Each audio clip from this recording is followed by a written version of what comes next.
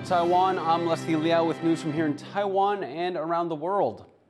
Taiwan's military has issued a warning about the threat posed by China, citing Beijing's increased military coercion over the past year. 我们可以了解，中共是目前我们面临的最重要的一个国家安全的一个威胁。所以，不管是用偷袭的方式也好，或者是其他的文攻武吓的这些方式也好，国军对于中共所有的这些可能采取的行动，我们都做了非常缜密的分析跟观察。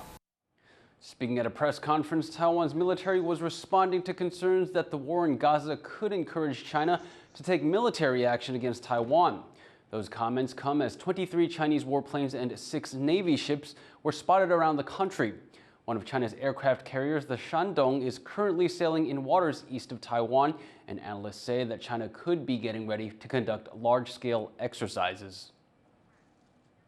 Taiwan's economy minister is downplaying concerns that China could slash parts of a trade deal.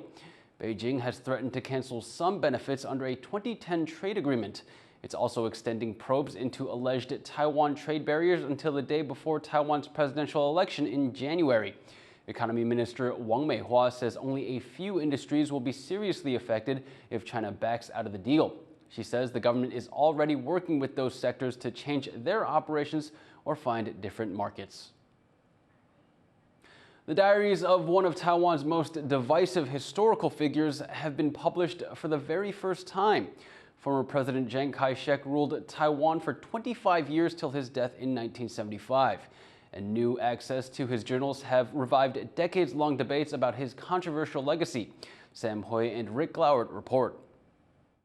Personal accounts from a man pivotal to Taiwan history.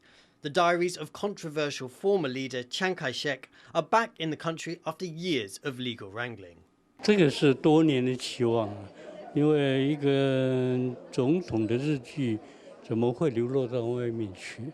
所以很多学者从不同的面向来努力的，希望能够把日记弄回来。 They are part of a trove of diaries, manuscripts, letters and other documents donated by a descendant of Chiang to the Hoover Institution in the United States. For years, they were only available to academics. But they were returned to Taiwan after courts here and in the US ruled that documents written by presidents are property of the country. Now they're back, Taiwan's National Archive is publishing the diaries in full for the first time. This volume of Chiang's journals covers 1948 to 1954. That's the time when Chiang and his nationalist forces moved their government to Taiwan after losing the Chinese Civil War to the communists. Chiang ruled Taiwan as a dictatorship until his death in 1975.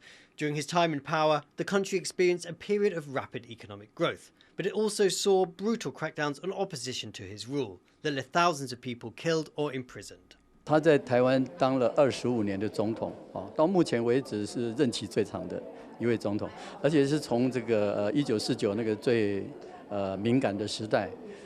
Chiang remains an extremely divisive figure, condemned by some in Taiwan as a tyrant, but revered by others as a strong leader who built up the country's infrastructure and kept communist China at bay. Now the public here has the chance to contemplate one of the most important periods in Taiwan's history through the eyes of the man at the centre of it all.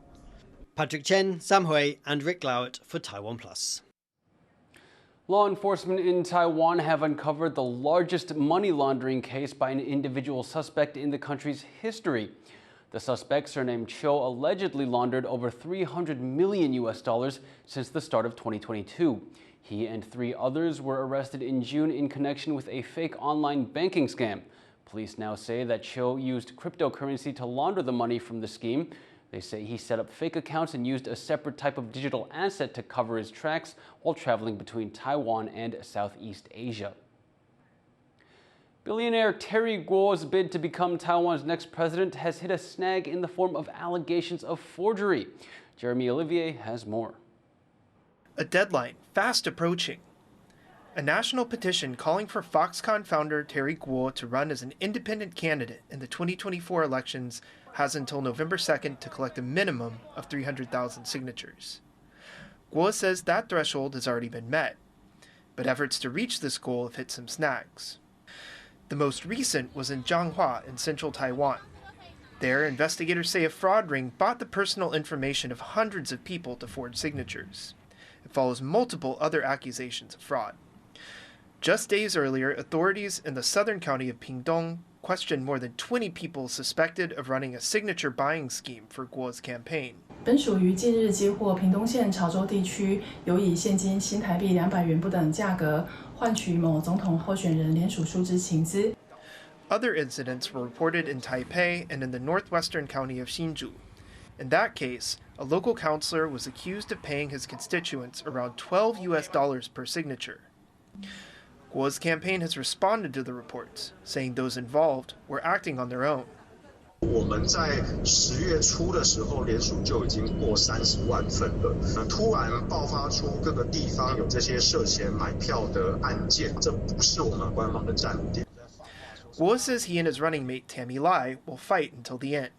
But as his petition drive wraps up, suspected fraud aimed at supporting his campaign could end up undermining it instead. Joseph Wu and Jeremy Olivier for TaiwanPlus. A new electricity pricing scheme aimed at factories is on the way. The goal is to raise production during off-peak hours and ease pressure on the grid. It comes ahead of a presidential election with a looming energy crunch in the background. But as John Van Trieste reports, some industry groups don't think it will make a big difference. The factories that power the country's economy are set for a change that could affect their bottom line. From November, the government is doubling so-called off-peak hours for big electricity users, times when power is cheaper, from 9 to 18. It hopes potential savings and a bigger selection of hours will convince factories to move peak production away from times when power is in high demand, easing pressure on the grid. Energy is a chronic problem for Taiwan. It depends heavily on imported fuel, and power consumption has jumped 10% in the past decade. 3 major blackouts in recent years have shown problems with the grid's resilience. Energy has also become a political issue in the lead-up to the presidential election, with debates over nuclear power dividing candidates. The Economy Ministry is upbeat about the new pricing schedule, promising savings to a range of big industrial sectors while evening out power plants' load. 工具机、机械业、铸造业、钢铁还有纺织等等，那他们就可以来做这样的调整，来降低他们的电费。那我们初估大概是有1.7万的高压用户可以来试用。 Those savings, up to 22 US cents per kilowatt hour, would quickly add up for heavy power users. But the reaction from the industrial sector has been muted. With the export orders they depend on down, some factories are concerned about more than their power bill. 没有这个诱因了，光看拍天降敦就在放无薪假的呀，还有什么电价有什么诱因？你是到10块我嘛无来的。And there are those who say factories are already cutting back on power usage, and that in any case, peak or off-peak hours don't matter to factories that run 24 hours a day. 自动化的工厂，它本来就是24小时在操作了，监工的时间停下来，然后用离用的时间，那产量又减少。